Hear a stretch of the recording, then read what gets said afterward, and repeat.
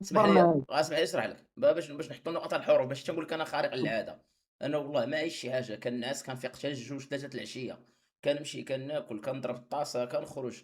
كترشق ليا كنمشي كنسهر تنضرب الكاس. والله اخويا ما عايش زعما شي حاله نفسانيه وماشي تنقولها زعما غير استفزازيا. والله اخويا ما عايش شي حاله نفسانيه لانني عارف راسي مصفي مع سيدي ربي. والله يعلم ما في الصدور الخالق ديال هذا الكون. حنا ما غاديش نسميوه حنا الخالق ديال هذا الكون لانني انا ربوبي كنامن ان هذا الكون عنده خالق. الخالق ديال هذا الكون هذا فهمتيني عارف النوايا ديالي وعارف انني انا نيتي كيفاش دايره اذا ما كيهمنيش البشر ما كتهمنيش هضره البشر. ما كيهمنيش هذا شنو قال هذا شنو ما قالش هذا شنو فعل هذا شنو ما فعلش. واش فهمتي الفكره.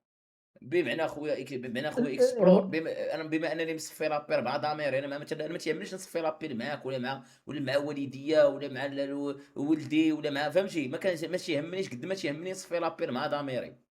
فهمتيني واخا تدي ليا أنت نظرة خايبة مثلًا كتعبير مجازي ماشي نقولوش أنت. مثلًا شي شخص شي فرد في العائلة